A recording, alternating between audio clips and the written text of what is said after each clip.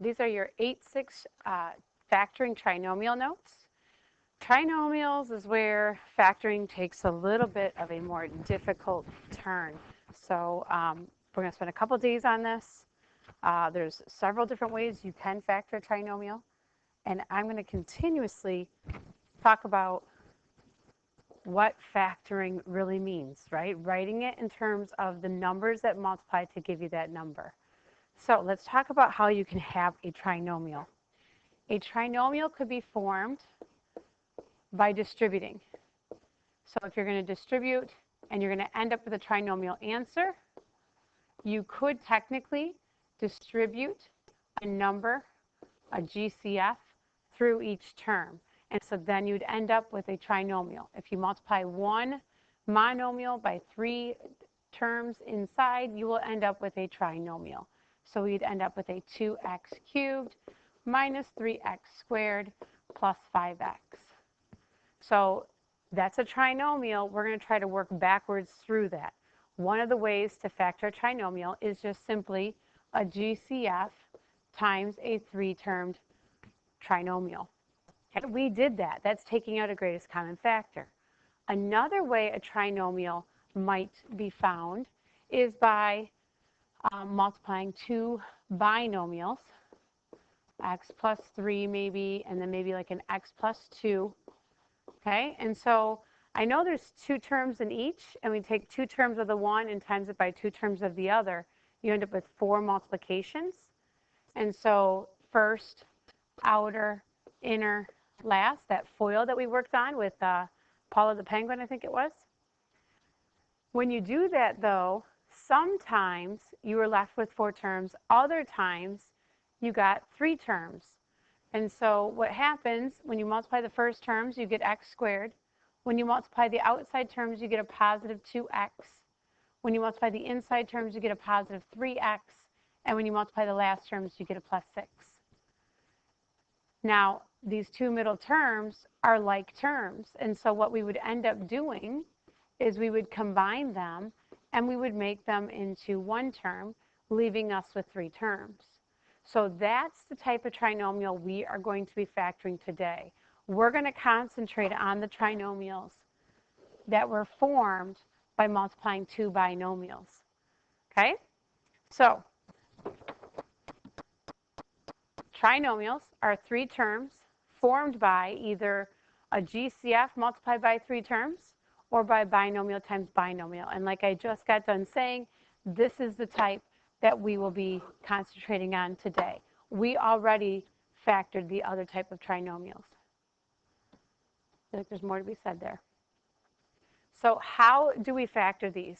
Well, one of the ways is just simply using guess, check, and revise. I've learned over the years, some kids prefer this method. I like it sometimes. I'm open to the other method I'm going to teach you in the next lesson. And so I want to expose you to all of the methods, and then you make your decision. Maybe you'll be like me, where you use a combination of things. So notice the emphasis on check and revise. We are not just guessing. We are guessing numbers that would work, that fit the criteria, but then you have to check it. And if it doesn't work, you have to adjust it. You have to revise your guess.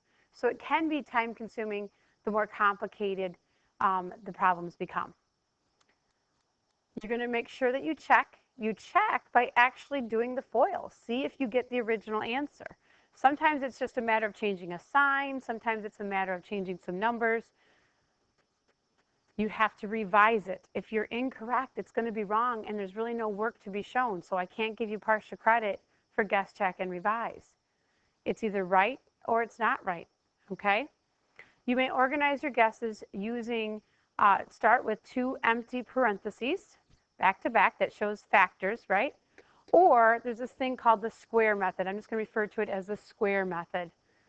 So when you start your homework today, or when we do the classwork in our notes, I'll show you a combination of both of these. Sometimes I'm just going to start with a blank canvas of, okay, I've got 2 sets of parentheses. I need to figure out what I need to put in there. You're trying to figure out what did I FOIL to get the answer.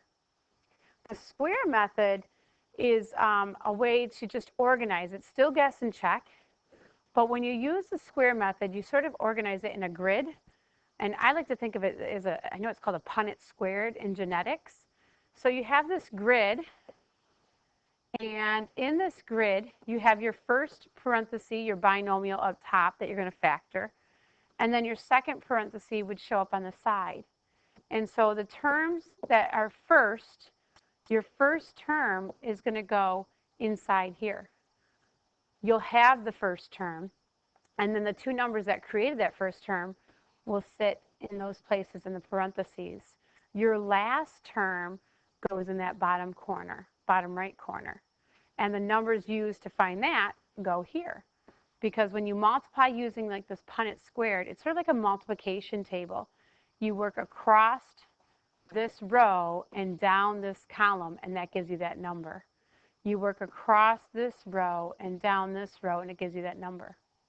So the other two boxes are formed by taking this row and the first column, and then the first row and the second column. And as long as that matches, that's your outer and inner, if it matches that middle term, you're good to go. So that's a really complicated graphic right now. If we could just kind of see it in action, I think it'll make more sense to you. So we're going to do 5 different examples here. So we're going to factor this trinomial. So we know there's no GCF. I always look for GCF first. I recognize that there's nothing common between all 3 terms. I see that there's 3 terms, so I just want to go through that grouping is not allowed because we don't have an even amount of numbers of terms. So when you have 3 terms, we're going to refer, I'm going to show you first where we can just kind of maybe just guess and check here. So my first one is x squared plus 7x plus 12. Okay, so I need to know, this is my first term. This was my outer and inner terms being multiplied together, and this is the result of multiplying the last terms. So let's talk about that. To get that first term, it was the first number from each of these sets. How can I get x squared? What do you multiply to get x squared? Well, the only really combination for this one is an x times another x. That's going to give you x squared. So I worked through the first term here. Okay, now let's look through the last term. It's the first and last are pretty easy to work with. The last term, when I multiplied the last terms of these binomials, I got a positive 12. And so if I get a positive 12, I'm going to figure out what did I multiply to get positive 12. So I'm going to put a positive 2 here and a positive 6 because I think back through my factors and I think, well, positive 2 times positive 6 gives me a positive 12. Now when I go to check it, I'm going to check my guess, and I'm going to realize when I check, I get x squared when I multiply these two, plus 6x, plus 2x, plus 12. And so far, everything looks good except for my 6x and my 2x did not make 7x that I needed. I needed to make a positive 7x. 6x and 2x made 8x. So what that tells me is I'm close, but I'm not quite there. I need those 2 middle terms to add up to 7. So I'm going to go back and start over again. And so I'm going to start afresh. Now, keep track of your guesses. If you guess twice, I mean, you'll be in the classroom when you're doing this, but if you can guess twice and you still can't get it, leave it there, and I can maybe help you through your guessing process. So I was good with my x's. I like my x's, but it was that 2 and that 6 that didn't match up. I couldn't get that 7. So I'm going to go back to my last term in factors of 12. And I have 2 different factors of 12. How about a positive 3 and a positive 4? I can sort of see a 7 showing up there. I see 3 and 4. If I multiply those, I get 12. And if I add them, I get 7. So when I check again with FOIL, I get first x squared. Outside is 4x. I take the 3 through, I get positive 3x plus 12. And these 2 terms do make 7x. So I just want you to understand that my red work there is the check. The two binomials multiplied together in the green box are my answers. Okay, that's guess and check. So, and it was guess and check using, just using the parentheses back to back. So I revised my guess, that sort of thing. Let's go ahead and try the second one, but I'm going to show you the square method. Now, what I would suggest for the square method is some of this I would do in pen, and then my guesses I would put in pencil so that every time I erase, the stuff that I know has to be there stays there. So I'm going to make my box. And actually, I want to shift that down a little bit so I have some room up top. Oh, now it took it apart. Come on, there we go. And I want parenthesis there, same two parentheses, but we kind of use them like a multiplication table. So the one number goes up top and the one number goes on the side. Now what I'm going to do is I'm going to quickly just select all of those. I'm going to group all of those and I'm going to lock that in place. So now I can't change that. And looking at this, my first term is x squared. So I told you on the last slide that your first term goes in the first box. And my last term is 27, so that term goes in the box down here, 27. So you have your first and your last terms. Now I can't put in the middle term because there's two boxes. And the two boxes kind of tell us what two numbers created the negative 12x. So I only have one more number up here, but I have two spots to distribute that 12. I don't know what was negative 12 before it was negative 12. Was it a negative 6 and a negative 6? Was it a negative 5 and a negative 7? Was it a negative 14 and a positive 2? So all I can do here is just say that it has to equal a negative 12x. So that right there, I want my board to remember all of that. So when I do this at home or when I'm working and using the square method, I want all of that done in pen. I don't want that to go away. That never changes. So what's going to change is my guesses as to how I get 27 and how I get x squared. So now I'm going to come in and I'm going to guess. So I'm going to work through these first two boxes. To get an x squared, I must have multiplied an x times an x, right? If I take those two numbers, they come together in that first grid. X times an x is an x squared. Okay, and then I'm going to work with the 27 now. And I'm going to think through and figure out how do I get a positive 27 as an answer. So positive 27, I'm going to do 9 and 3. That's the one that comes to mind. So I'm going to do positive 9. And I'm going to do positive 3 here. Okay? So I have an x plus 3 and then an x plus 9. And when I do that, when I commit to 9 and 3, now what I can do is I can take the x from the side and the 9 from the top. And those two, if I move across the row and down the column, they would make 9x right here. So I'm just going to draw it because they're not here to see me pointing. I'm going across, taking that x and that 9 and multiplying them together, and that creates 9x. Then I'm going to do the same thing in the bottom left corner. I'm going to take the positive 3 that's down there and the first x up on top, and they get multiplied together. So one more time, I'm taking this 3 and this x, and that product shows up in that square. Okay, I'm just going to get rid of them because they'd mess it up. When I take those two values, a positive 3x and a positive 9x, and I put them together, that's a positive 9 and that's a positive 3, I end up getting a positive 12x. And that's incorrect because my blue answer says that I should get a negative 12x. So the fact that I need to get a negative in there probably tells me that I have to have a negative within my problem. So what's really important is you can actually learn a lot from looking at the signs. So let's go back up to the original problem and talk about this. I need to multiply to get a positive 27. If I multiply a positive times a positive, it will give me a positive. If I multiply a positive and a negative, I get a negative, so I don't want that.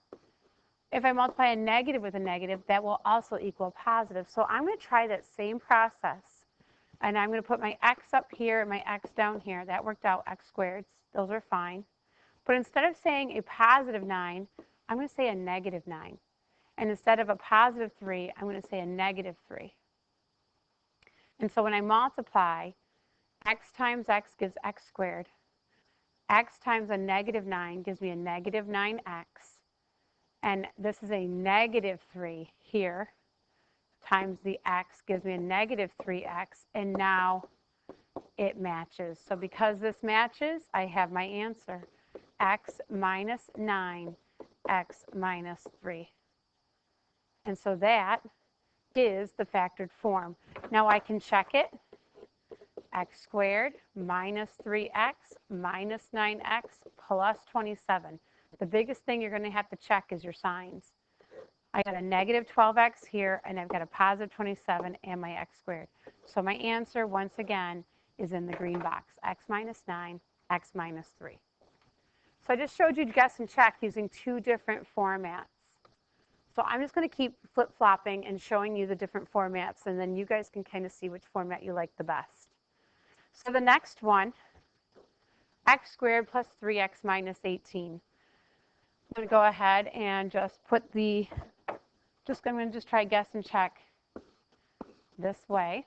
So the two parentheses. I need to get my first term. The first term, that x squared first, was by multiplying the two first terms. So the only way you can get an x squared is simply just by multiplying an x times an x. And then my last term is when you multiply the two last numbers of the quantity. And so negative 18, to get a negative 18, I'm going to guess negative 9 and positive 2. Got to make a negative. So I'm going to guess negative 9 and positive 2. But I can already see that I need those two numbers to add up to 3 there. So when I do my outer and my inner, I'm going to have a negative 9x and a positive 2x. I am not going to get that positive 3. So I'm going to change my guess and start over. I didn't even have to show a formal check. I'm just revising. This is what you're going to do. So negative 18. Let's look at those signs again. If my product here, I have to multiply to give a negative 18, that tells me I have to have one positive number and one negative number. I have to have a positive and a negative. So actually, I'm going to put that in my guess and check, a positive and a negative. And then the fact that they add up to a positive number, when I add a positive and negative, it ended up being positive. So that kind of tells me something about my numbers too. If a number, when you add a positive and a negative number, the number takes the sign of the larger number. So my bigger number in my guess has to be positive. So I tried 9 and 2. It didn't work. Maybe if I tried a positive 9 and a negative 2, still not going to work. One gives me a 7, the other one gives me a negative 7. I need to get positive 3. If I multiply 6 and 3 together, I get 18. And 6 and 3 make it sound like I'm going to get a 3 out of that. So I'm going to make a positive 6 and a negative 3. Now I'm going to check my answer really quick. So in my check, x squared minus 3x plus 6x minus 18, and it works. I have my x squared, I have my negative 18, and these two will, in fact, add up to 3x. I don't need to show the entire formal check. If I'm just verifying that that middle term did add up to 3x, I am done. I revised, and I'm good. Now, I'm kind of on purpose showing you how to guess incorrectly, because you will. You're going to become better at guessing. You're going to be better than I am right now. Let's try the little square method again. So I'm going to draw my square. I'm going to distribute all of my nice little terms in here. So the first term sits in the first box, 5x squared. And the last term sits in the last box, it's 10. And then these two numbers have to equal a positive 27x.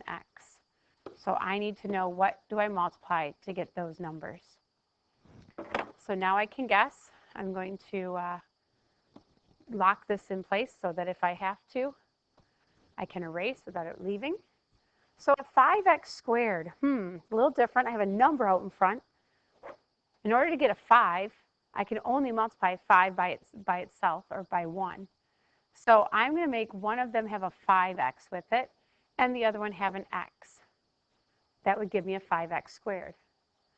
To get 10, there's not a whole lot of ways to make 10.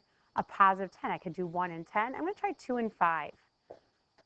And so I'm going to put my 5 up here, and I'm going to put my 2 down here. And so if that's the case, if those are my guesses, I can fill in the next box. So this 2 times the 5x, bring those together, and you get 10x. And this 2 times the 5 over here gives me 10. And 10x plus 10x equals 20x, so it doesn't work. So I don't want to throw out my 5 and my 2. That's a good guess. So I have positives. Everything's positive. That probably tells me I'm going to have positives. What if I just change where they're located? What if I put the 2 here and the 5 here? Sometimes it makes a difference and sometimes it doesn't. In this case, it makes a difference where the 5 and 2 go because we have this big 5 here. That changes everything. That when I multiply this 5x by the 5 down here, I get 25x. And when I multiply this 2 by this first x, I get a 2x, and it changes everything. So be careful when you guess and check with your square, or when you guess and check, sometimes the placement of your factors makes a big difference. When this number out in front of an x is different, and it's not just an x sitting there, it does make a difference. So you can almost use your guesses more than once. I used the same 2 numbers, 2 and 5. I just replaced them, and it changed the whole problem. So my solution here is 5x plus 2 times the quantity x plus 5. There you have it. All right, 2 more problems. And actually, I think I'm just going to do one more. I'm going to do number 6. I'll save number 5 for you guys, but I like the double negatives here. So let's talk about those signs.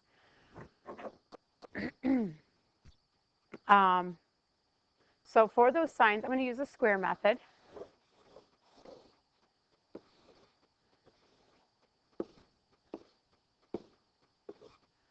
Okay, and so I have a 3x squared here, and I have a negative 20 down here. So and then we have to make this equal a negative 11x. So let's talk about these signs. I need a number that multiplies to give me negative 20. In order to get a negative, when you're multiplying, one has to be positive and one has to be negative. So I know right now I got to have a negative and a positive. I don't know which one, so we may have to switch that around. The 3x squared, I'm going to make one of them 3x and the other one x.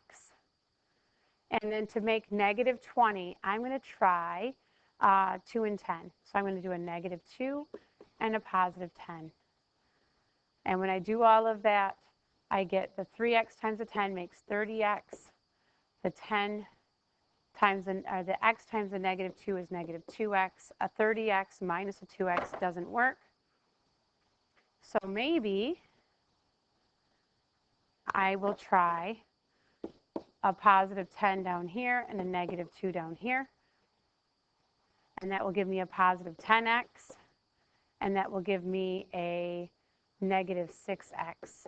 Make sure you know that that's a negative 2. I know I'm putting the sign up and down, but you might want to put the sign here so that you don't forget it. And a negative 6 and a 10 do not make 11x. So I'm going to go back to the drawing board, try again. I forgot to lock it so it doesn't erase. So let's try different factors maybe. Let's try 5 and 4.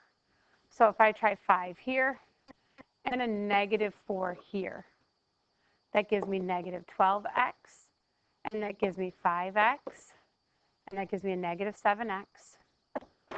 What if I put the negative 4 up here and the positive 5 down here? What does that do to my guesses? Okay, so I get a negative 4x and a positive 15x. Oh, we're so close. I got a positive 11x. So the only thing that's wrong is my sign. What if we just do this? What if we change our sign, keep the 5 there, but keep it negative, keep the 4 up here, make it positive. Now we've got a positive 4x, and now we've got a negative 15x. Everything's fixed. So if the sign's wrong, that's the only thing you have to move. So we end up with 3x plus 4 times x minus 5. All right, I think we're going to do number 5 as a warm-up in our notes. The problem with 4x squared is now there's more than one way to get a 4x. To get a 4x squared, we could do a 4x times an x, but we could also do a 2x times a 2x. So it just, now that front number can change and the back numbers can change, guess and check gets a little bit crazy. The bigger the factors are of x squared, the more guess and check gets a little bit more difficult to work with. All right, so your lesson summary.